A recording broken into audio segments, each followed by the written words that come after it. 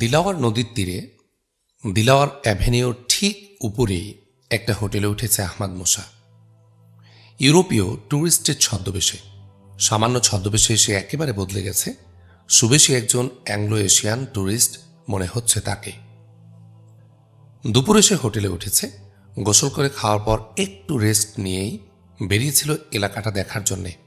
সেই সাথে হাইম বেঞ্জামিনের বাড়িটাও দেখে এসেছে। হোটেলে উঠেই সে যোগাযোগ করেছে হাইম বেঞ্জামিনের সাথে।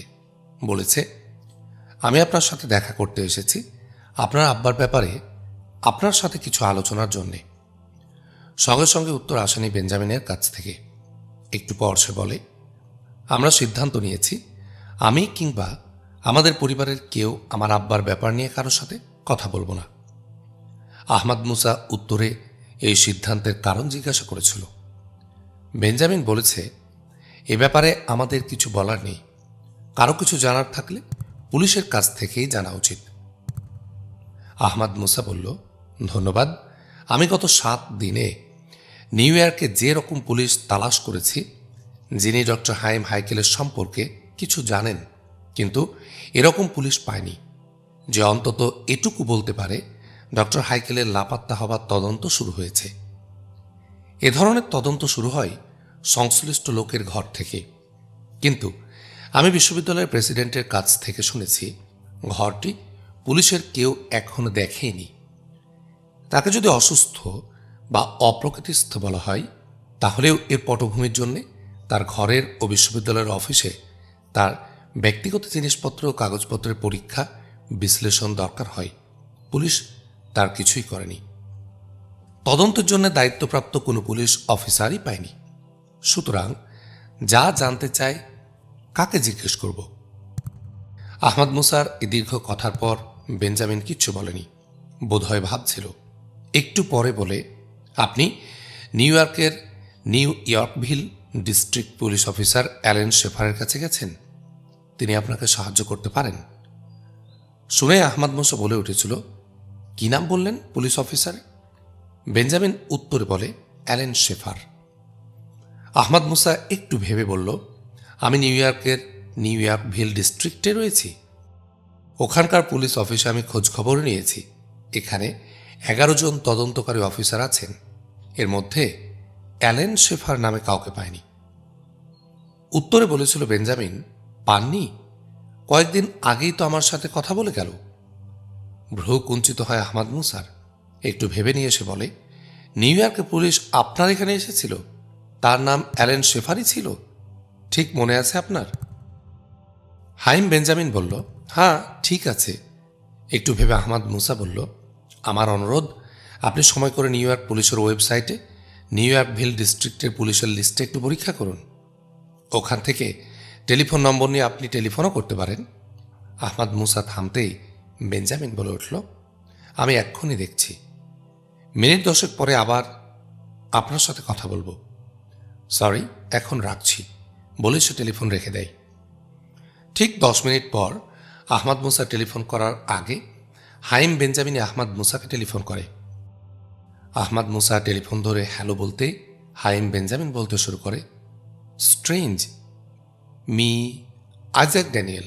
বলল আহমাদ মুসা। হ্যাঁ মিস্টার ড্যানিয়েল, আমি কম্পিউটার ওয়েবসাইটে চেক করেছি, নিউ ইয়র্কভিল ডিস্ট্রিক্টে অ্যালেন শেফার নামে কোনো পুলিশ নেই। আমি টেলিফোনও করেছিলাম, ওখানকার পুলিশ অফিস জানালো ওই নামের কোনো পুলিশ অফিসার এখানে নেই, গত 3 বছরের মধ্যে ছিলও না। আমি জিজ্ঞাসা করলাম কোনো পুলিশ অফিসার তারা আমাদের বাড়িতে পাঠিয়েছিল কিনা, তারা পাঠায়নি বলছে। আপনার কথাই ঠিক, তারা আমার আব্বার অন্তর্ধানের তদন্ত বিষয়ে কোনো তদন্ত অফিসারই নিয়োগ করেনি এখনো। হাইম বেঞ্জামিন থামলেই আহমাদ মুসা বলল, মিস্টার হাইম বেঞ্জামিন, আপনার সাথে আমার কথা আছে, আসতে পারি? একটু চুপ করে থেকে হাইম বেঞ্জামিন বলেছিল, কি বলবো মিস্টার ড্যানিয়েল, বুঝতে পারছি না। আহমাদ মুসা বলল, মিস্টার হাইম বেঞ্জামিন, আমাকে বিশ্বাস করার দরকার নেই, আমার কথা শুনবেন। আমি একাই এসেছি, একাই আপনার সাথে কথা বলবো। আমাকে সার্চ করে ঢোকাবে আপনার সিকিউরিটি, আপনি যে কোনো কাউকে সঙ্গে রাখতে পারেন। অবশেষে সাক্ষাতের সময় দেয় বেঞ্জামিন। কাপড় চোপড় পরে আহমাদ মুসা বসেছিল। বেঞ্জামিনের বাড়িতে যাবার জন্যে ঠিক সন্ধ্যা 7টায় উঠে দাঁড়ালো। দরজা খুলল। দরজা খুলে বাইরে মুখ বাড়াতেই একজন লোকের মুখোমুখি হয়ে গেল সে। লোকটি যুবক বয়সের, লাল শ্বেতাঙ্গ। আহমাদ মুসার দরজার দিকে তাকিয়ে দাঁড়িয়ে আছে। আহমাদ মুসার মুখোমুখি হতে লোকটিও চমকে উঠল এবং পেছনে ফিরে করিডোর বরাবর হনহন করে চলতে শুরু করল। আহমাদ মুসা তাড়াতাড়ি দরজা বন্ধ করে লোকটির পেছনে হাঁটতে শুরু করল। আহমাদ মুসা নিশ্চিত লোকটি তার ঘরের সন্ধানে এসেছিল।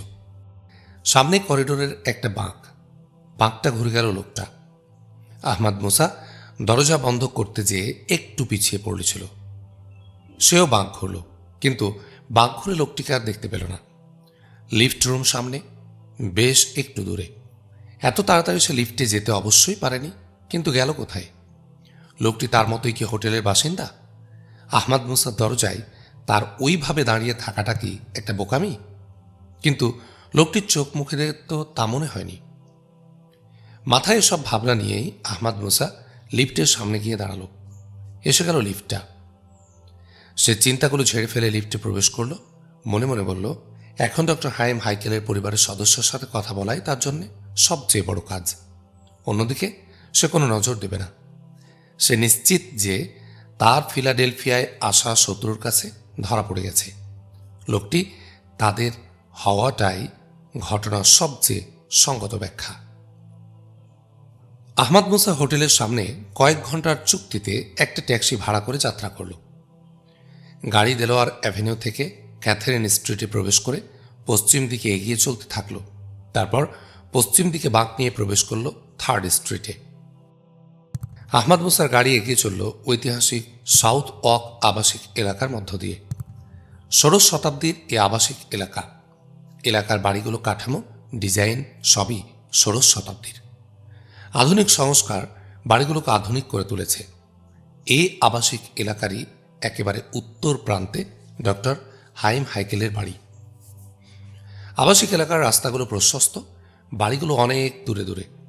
সব বাড়ি চারদিক থেকে বাগানে সুসজ্জিত। এতে এলাকার শোভা বেড়েছে, কিন্তু চারদিকে একটা শুনশান নির্জনতা নেমে এসেছে। সন্ধ্যা 7টাতেই মধ্যরাতের নির্জনতা এসে জুড়েছে। কচিত দু একটা গাড়ির দেখা পাওয়া যাচ্ছে। আহমাদ মুসা একটু আনমনা হয়ে পড়েছিল। অতীতে ফিরে গিয়েছিল তার মন। ভাবছিল 16 শতাব্দীর আগে এই ফিলাডেলফিয়ার কোনো অস্তিত্ব ছিল না ইউরোপীয় কোনো মানুষের। আমেরিকার আদিবাসী ইন্ডিয়ানদের দিলাওয়ার জাতি গোষ্ঠী বাস করত এই ফিলাডেলফিয়া অঞ্চলে। 16 শতাব্দীর একেবারে শুরুর দিকে ইউরোপের ডাচরা প্রথমবারের মতো এ অঞ্চলে এলো। তারপর 1640 সালের দিকে ইউরোপের সুইডিশরা দিলাওয়ার ইন্ডিয়ানদের এ অঞ্চলে এসে স্থায়ী বসতি গড়ে তুলল। ধীরে ধীরে এই অঞ্চলের উপর ইউরোপের সাম্রাজ্যবাদী লোভাতু দৃষ্টি তীব্র হয়ে উঠল। শুরু হলো এলাকার দখল নিয়ে ডাচ, সুইডিশ ও ইংরেজদের মধ্যে ঘোরতর লড়াই। এলাকার আসল মালিক সহজ সরল দিলোয়ার ইন্ডিয়ানদের ঘরছাড়া করে আগেই হটিয়ে দেওয়া হয়েছে। দখলের লড়াই অবশেষে জিতে যায় ব্রিটেন। আমেরিকা হয়ে দাঁড়ায় ব্রিটেনের উপনিবেশ। তারপর আহমাদ মুসা চিন্তা আর এগোতে পারল না। ড্রাইভারের কথায় চিন্তায় ছেদ নেমে এলো। ড্রাইভার বলল, স্যার, আপনার সাথে আর কেউ আসছে? না তো, কেন বলছো এ কথা? জিজ্ঞেস করল আহমাদ মুসা। স্যার, ক্যাথরিন স্ট্রিট থেকে একটা গাড়ি আমাদের পিছে পিছে আসছে। কিছুক্ষণ আগ পর্যন্ত আমাদের সমান স্পিডে এসেছে, এখন স্পিড বাড়িয়ে নিকটবর্তী হচ্ছে, বলল ড্রাইভার। আহমাদ মুসা পিছনে তাকালো। দেখতে পেল একটা গাড়ির হেডলাইট। খুশি হলো ড্রাইভারের উপর। বলল, ধন্যবাদ ড্রাইভার, তোমার সতর্ক দৃষ্টির জন্যে। তুমি যে গতিতে গাড়ি চালাচ্ছ সেই গতি অব্যাহত রাখো। সত্যি অনুসরণ করে থাকলে দেখা যাক ওরা কারা। পুলিশ তো নয়, দেখাই যাচ্ছে। জি স্যার, পুলিশ নয়, বলল ড্রাইভার। আহমাদ মুসা পেছন থেকে দৃষ্টিটা ফিরিয়ে আনলো ড্রাইভারের দিকে। বলল, ড্রাইভার, তোমার ইংলিশ উচ্চারণ শুনে মনে হচ্ছে আরবের কোনো দেশে তোমার বাড়ি। জি স্যার, আমি জর্দানি, বলল ড্রাইভার। কতদিন আছো তোমরা এখানে? জিজ্ঞাসা আহমাদ মুসার। স্যার, বহুদিন। মাঝখানে টুইন টাওয়ারের ঘটনার পর আমার আব্বা আমাদের পরিবারের সবাইকে নিয়ে দেশে ফিরে গিয়েছিলেন। দেশে গিয়ে আব্বা মারা যান। এখন অবস্থা আগের চেয়ে ভালো বলে 1 বছর আগে আমি ফিলাডেলফিয়ায় ফেরত এসেছি, বলল ড্রাইভার। অবস্থা এখন ভালো মনে করছো?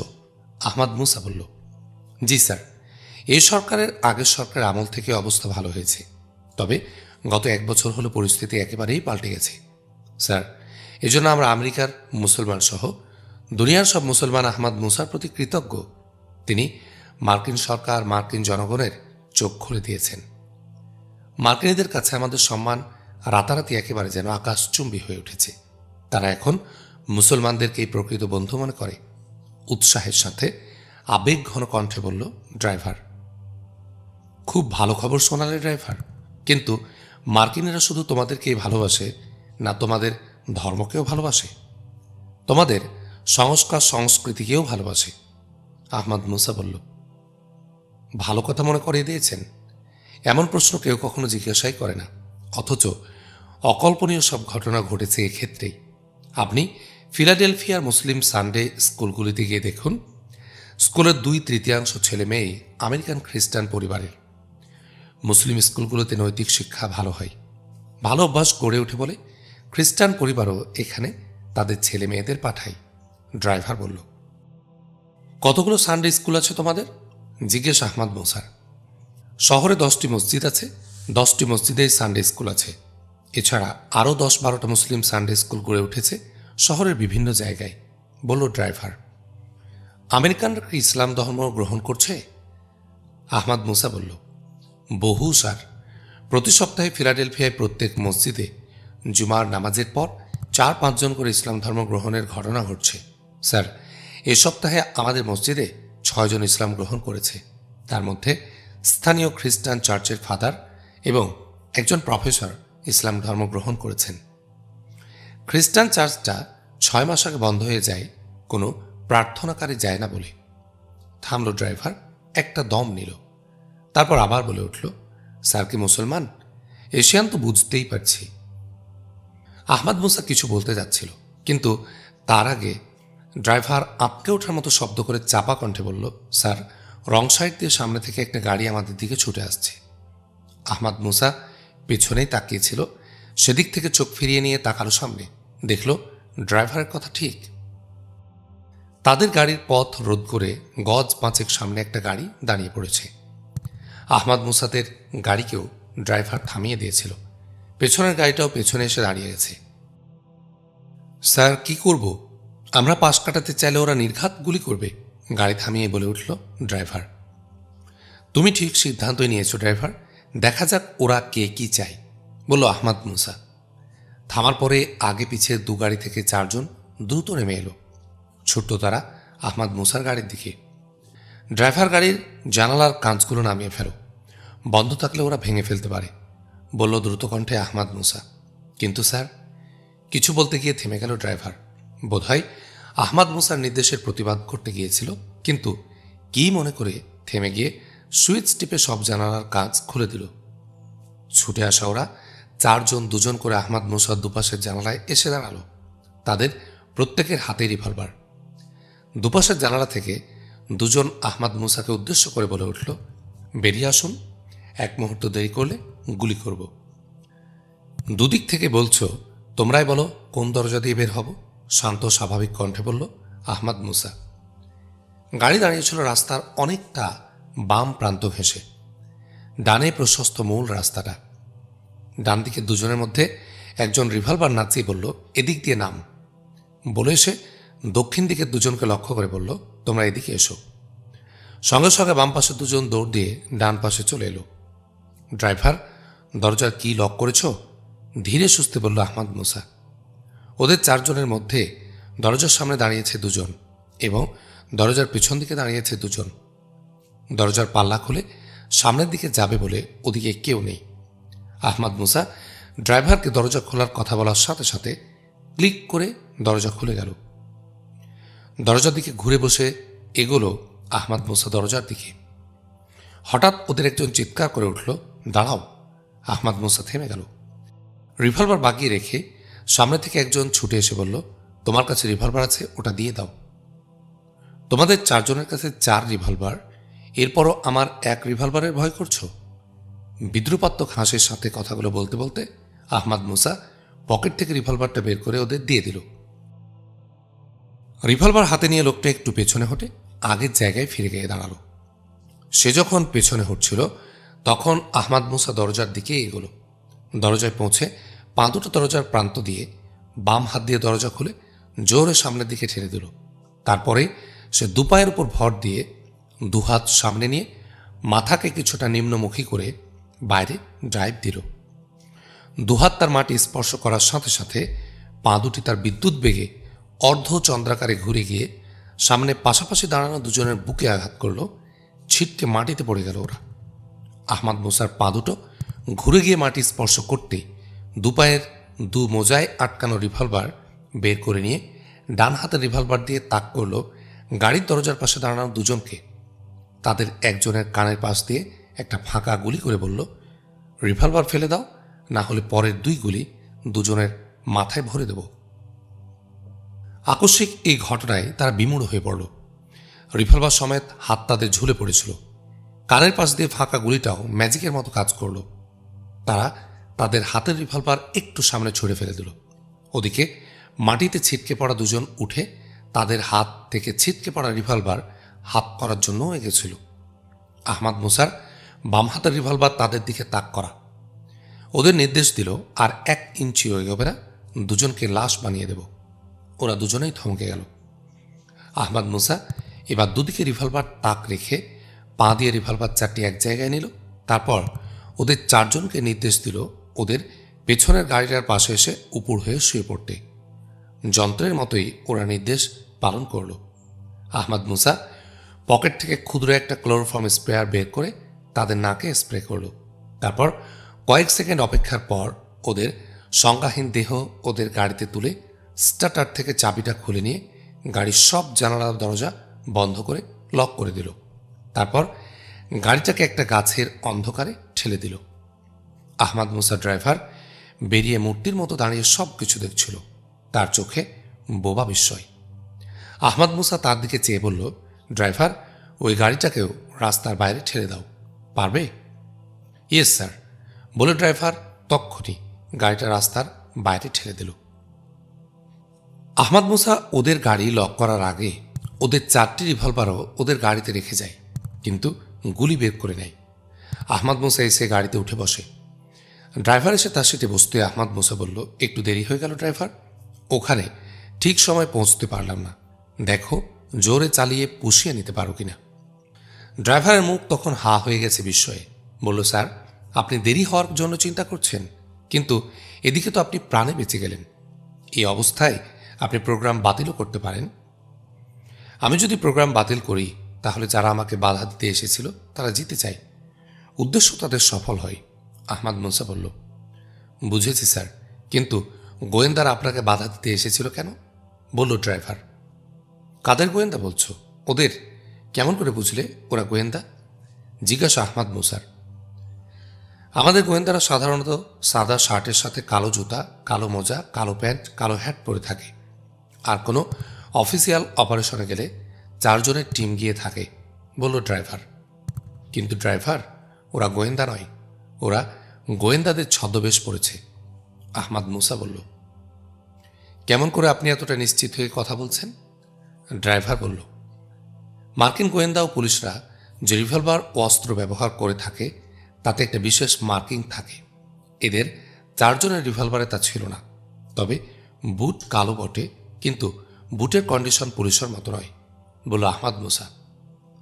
আলহামদুলিল্লাহ, আপনি মারামারির মধ্যে এত কিছু খেয়াল করেছেন। আমি এই বৈশিষ্ট্যের বিষয়ে জানি না, বলে ড্রাইভার তাকালো আহমাদ মুসার দিকে পেছন ফিরে। বলল, স্যার, সিনেমার আমি একজন আগ্রহী দর্শক। ফাইটিং যেভাবে শুরু হলো এবং শেষ হলো তেমন দৃশ্য আমি কখনো দেখিনি। বলেই একটু থেমে আবার শুরু করলো, স্যার, আপনার পরিচয় জিজ্ঞাসা করার অধিকার আমার নেই। আমার মাত্র একটি জিজ্ঞাসা। আমি বুঝতে পারছি এশিয়া বা উত্তর আফ্রিকার কোনো দেশে আপনার বাড়ি। আপনি মুসলিম কিনা এটা জানার আগ্রহ কেন? জিজ্ঞাসা আহমাদ মুসার। আমার জীবনে এটা একটা অবিস্মরণীয় ঘটনা। তো ঘটনার নায়ক মুসলিম হলে গর্বের সাথে মানুষের কাছে গল্প করতে পারবো। এরকম সাহস ও বীরত্ব তো আমরা বহুদিন আগে হারিয়ে ফেলেছি। শেষ দিকে তার আবেগে কণ্ঠ ভেঙে পড়ল। ড্রাইভারের নিখাদ আবেগ আহমাদ মুসাকেও স্পর্শ করল। আনমনা হয়ে পড়ল সে।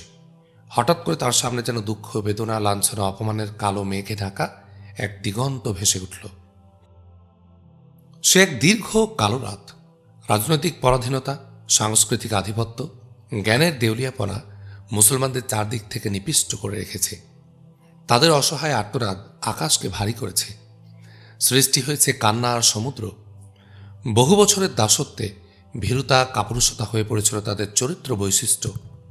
ড্রাইভারের আবেগরুদ্ধ কণ্ঠ এই দুর্ভাগ্যের দিকে ইঙ্গিত করেছে। আহমাদ মুসারও দুচোখের কোণ ভারী হয়ে উঠেছিল। একটা নীরবতা নেমে এসেছিল। নীরবতা ভাঙল আহমাদ মুসা। বলল, ড্রাইভার, আহমাদ মুসা এই আমেরিকাতে ইতিহাস সৃষ্টি করেছে, তুমিই তো বললে। তোমাদের অবস্থাও তিনি পাল্টে দিয়েছেন। তাকে নিয়ে তো গর্ব করতেই পারো। স্যার, তিনি তো জাতির গর্বের ধন। তার স্থান সবার উপরে, আকাশে। তাকে দেখার সৌভাগ্য কোনোদিন আমার হবে না। তাকে নিয়ে গর্ব করার মতো কোনো গল্প নেই। আজ যে গল্প সৃষ্টি হয়েছে তা আমার জন্যে এক গর্বের কাহিনী, বলল ড্রাইভার। হ্যাঁ ড্রাইভার, আমি তোমার এক ভাই। আলহামদুলিল্লাহ, আলহামদুলিল্লাহ। তাহলে অনেক আহমাদ মুসা তৈরি হয়েছে। তার সাথে এসেছে এক উর্বর পরিবেশ আমাদের আমেরিকায়। আলহামদুলিল্লাহ, আবেগজড়িত কণ্ঠে বলল ড্রাইভার। গাড়ি হাইম হাইকেলের বাড়ি ক্রস করে চলে যাচ্ছিল। ড্রাইভার, গাড়ি থামাও, আমরা এসে গেছি, বলে আহমাদ মুসা হাইম হাইকেলের বাড়ি দেখিয়ে দিল। সরি, বলে ড্রাইভার গাড়ি পিছিয়ে নিল। তারপর 3rd স্ট্রিট থেকে নেমে প্রবেশ করল লাল পাথরে বাঁধানো প্রাইভেট রোডে। এগিয়ে চলল গাড়ি হাইম হাইকেলের গেটের দিকে। আহমাদ মুসা গাড়িতে ঠেস দিয়ে দাঁড়িয়েছিল। গেটে দাঁড়িয়েছিল দুজন সিকিউরিটি লোক। হাইম বেঞ্জামিন ও বারবারা ব্রাউন বেরিয়ে এলো বাড়ির ভেতর থেকে। হাইম বেঞ্জামিন, বারবারা দুজনেই তাকাল আহমাদ মুসার দিকে। দুজনেরই প্রথম প্রতিক্রিয়া হলো, গেটের উপরে দাঁড়িয়ে উপর থেকে ঠেস দিয়ে দাঁড়ানো লোকটি অস্বাভাবিক চরিত্রের কোনো মানুষ নয়। নিজের অজান্তেই তাদের মন যেন প্রসন্ন হয়ে উঠল। তবে অবাক হলো আহমাদ মুসার সুন্দর কাটিংয়ের স্যুটকে ধূলি ধূসরিত দেখে। ভেতরে দাঁড়িয়ে হাইম বেঞ্জামিন সিকিউরিটি লোকদের উদ্দেশ্য করে বলল, ওকে আসতে দাও। হাইম বেঞ্জামিনের পাশে দাঁড়ানো বারবারা ব্রাউনের চোখে মুখে একটা চাঞ্চল্য নেমে এলো। সে বলল সিকিউরিটিদের উদ্দেশ্যে, সার্চ করে দেখো কোনো অস্ত্রপাতি আছে কিনা। আহমাদ মুসা গেটে এসে দাঁড়ালে একজন সিকিউরিটি সার্চ করল। তার শার্ট, কোট, প্যান্টের পকেট, কমর, শোল্ডার হোলস্টার পর্যন্ত সীমাবদ্ধ থাকলো। সার্চ করে কোনো অস্ত্র পেল না। আহমাদ মুসা ভেতরে প্রবেশ করল। আহমাদ মুসা কিছু বলার আগেই হাইম বেঞ্জামিন বলে উঠল, good evening mister. Welcome. Good evening, ধন্যবাদ। আমি আইজ্যাক ড্যানিয়েল। নামটা বোধহয় আগেও বলেছিলাম। মুখ ভরা হাসি টেনে বলল আহমাদ মুসা। হাসল হাইম বেঞ্জামিনও। বলল, সরি, একটু পরীক্ষা করলাম যে যার সাথে কথা বলেছি তিনি এসেছেন কিনা। হাইম বেঞ্জামিন ও আহমাদ মুসা হ্যান্ডশেক করল। হ্যান্ডশেক করে হাইম বেঞ্জামিন বারবারা ব্রাউনের দিকে ইঙ্গিত করে আহমাদ মুসাকে বলল, ইনি আমার বন্ধু এবং আমাদের পরিবারের শুভাকাঙ্ক্ষী। বারবারা ব্রাউন হাত বাড়াল আহমাদ মুসার দিকে হ্যান্ডশেকের জন্যে। আহমাদ মুসার হাত না বাড়িয়ে উপায় ছিল না, কারণ বলা যাবে না বাধাটি কি। আহমাদ মুসা ও বারবারা ব্রাউন হ্যান্ডশেক করল। এর সাথে বারবারা ব্রাউন বলল, আমি বেঞ্জামিনের কাছে সব শুনেছি। ওয়েলকাম। আমি মনে করি আপনার সাথে বেঞ্জামিন পরিবারের এই সাক্ষাৎ গুরুত্বপূর্ণ। ঈশ্বর আমাদের সাহায্য করুন, বলল আহমাদ মুসা। আসুন বলে ভেতরে যাবার জন্য হাঁটা শুরু করল হাইম বেঞ্জামিন। হাইম বেঞ্জামিন আগে আগেই হাঁটছিল। পেছনের পাশাপাশি আহমাদ মুসা ও বারবারা ব্রাউন। তিনজন এসে ড্রয়িং রুমে বসল। পাশাপাশি এক সোফায় বসল হাইম বেঞ্জামিন, বারবারা ব্রাউন। তাদের সামনে এক সোফায় বসল আহমাদ মুসা। বসে একটু সপ্রতিভ হেসে হাইম বেঞ্জামিন বলল আহমাদ মুসাকে লক্ষ্য করে, একটা অপ্রয়োজনীয় প্রশ্ন জিজ্ঞাসা করি মিস্টার ড্যানিয়েল। অবশ্যই, আহমাদ মুসা বলল। আপনার কোট প্যান্ট ধূলি ধূসরিত হবার চিহ্ন দেখছি। পড়ার সময় এমনটা থাকার কথা নয়, বলল হাইম বেঞ্জামিন। আহমাদ মুসা হেসে উঠল, বলল, ঠিক ধরেছেন, পড়ার সময় এমনটা থাকার কথাও ছিল না। তাহলে? জিজ্ঞাসা করল হাইম বেঞ্জামিন। পথে আত্মরক্ষার জন্য লড়াই করতে হয়েছে, সেজন্যে ধুলায় গড়াগড়িও খেতে হয়েছে। আহমাদ মুসা বলল। কি ব্যাপার? প্রশ্ন করল দুজনেই, বিস্ময়ে চোখ কপালে তোলে। আহমাদ মুসা পথের সব ঘটনা বিস্তারিত তাদের জানাল। সর্বনাশ, সাংঘাতিক কিছু ঘটতে পারত। অলৌকিকভাবে আপনি বেঁচে গেছেন, ঈশ্বর আপনাকে সাহায্য করেছে, বলল হাইম বেঞ্জামিন। তার কণ্ঠে রাজ্যের উদ্বেগ ঝরে পড়ল। বারবারা ব্রাউন নীরব, তার মুখ মলিন হয়ে উঠেছে। বুঝতে পারল ইহুদি গোয়েন্দা সংস্থায় এটা করেছে। কেন তারা করবে? ডক্টর হাইম হাইকেলের পরিবার যদি কারোর সাথে সাক্ষাৎ করতে চায় তাহলে তাতে বাধা দেয়া হবে কেন? তাছাড়া তাদের গোয়েন্দা বিভাগ এ মিথ্যাচার কেন করল? বেঞ্জামিন নিশ্চিত হয়েছে এবং সেও নিউ ইয়র্ক পুলিশ অফিসে টেলিফোন করেই জেনেছে ইয়র্কভিল ডিস্ট্রিক্টে কিংবা নিউ ইয়র্কের কোনো পুলিশ জোনেই অ্যালেন শেফার নামে কোনো পুলিশ অফিসার নেই। তাহলে তাদের ইহুদি গোয়েন্দা সংস্থা মহা মিথ্যাচার কেন করল? এসব ঘটনার পেছনে কি তাহলে আরও ঘটনা আছে যা বারবারারা জানে না? কিন্তু যাই থাক, ডক্টর হাইম হাইকেলের পরিবারের সাথে মিথ্যাচার কেন? অ্যালেন শেফার যদি মিথ্যা হয়ে থাকে তাহলে তার বলা সব কথাই মিথ্যা হয়ে যায়। মিথ্যা হয়ে যায় ডক্টর হাইম হাইকেল সম্পর্কে সে যা বলেছে তাও। বারবারা ব্রাউনের চিন্তায় ছেদ নামল আহমাদ মুসার কথার শব্দে। আহমাদ মুসা বলছিল হাইম বেঞ্জামিনের কথার উত্তরে, হয়তো মেরে ফেলায় তাদের টার্গেট, কিন্তু আপাতত তারা আটক করতেই চেয়েছিল আমাকে। তাদেরকে কি আপনি চেনেন? তারা কেন আপনাকে আটক করতে চেয়েছিল? বেঞ্জামিন বলল। না, তাদেরকে আমি চিনি না। আমি এখানে আসতে না পারি, আমি আপনাদের সাথে কথা বলতে না পারি, সে ব্যবস্থাই তারা করতে চেয়েছিল, বলল আহমাদ মুসা। হঠাৎ বিদ্যুৎ চমকের মতো হাইম বেঞ্জামিনের মনে পড়ল তার সাথে দেখা করতে আসা নিউ ইয়র্কের সে ভুয়া পুলিশ অফিসার বলে প্রমাণিত অ্যালেন শেফারের কথা। তিনি বলছিলেন যে ডক্টর হাইম হাইকেলের শত্রুরা আমাদের বাসার উপর চোখ রেখেছে, তারা আমাদের সাথেও দেখা করতে চেষ্টা করবে। তাহলে আইজ্যাক ড্যানিয়েল কি সেই দেখা করার পক্ষ এবং তাকে কি অ্যালেন শেফারের লোকেরাই বাধা দিয়েছিল? অ্যালেন শেফার যে ভুয়া তা প্রমাণিত হয়েছে, তাহলে আইজ্যাক ড্যানিয়েল কি ঠিক পক্ষ? এ প্রশ্নের জবাব তার কাছে নেই। হাইম বেঞ্জামিন মনোযোগ দিল আহমাদ মুসার দিকে। আহমাদ মুসার কথার উত্তরে বলল, আপনি ওদের চেনেন না, কেন তাহলে ওরা আপনাকে বাধা দেবে এখানে আসতে? লোক হিসাবে ওদের চিনি না বটে, কিন্তু ওরা কারা আমি জানি। আমি নিউ ইয়র্কে এসে যেদিন থেকে ডক্টর হাইম হাইকেলের কেন কিভাবে অন্তর্ধান ঘটল, তাকে উদ্ধারের জন্য কি করা হয়েছে, কিভাবে তার সন্ধান পাওয়া যাবে ইত্যাদি ব্যাপারে সন্ধান শুরু করেছি, সেদিন থেকে ওরা আমার প্রতি পদে বাধার সৃষ্টি করেছে। প্রথম দিনে রাব্বানিকাল বিশ্ববিদ্যালয়ের ডক্টর হাইম হাইকেলের বন্ধু ডক্টর জ্যাকব যখন হাইকেলের অন্তর্ধানের ব্যাপারে আমাকে তথ্য দিচ্ছিলেন, সে সময় ডক্টর জ্যাকবকে হত্যা করার জন্য তার উপর হামলা হয়।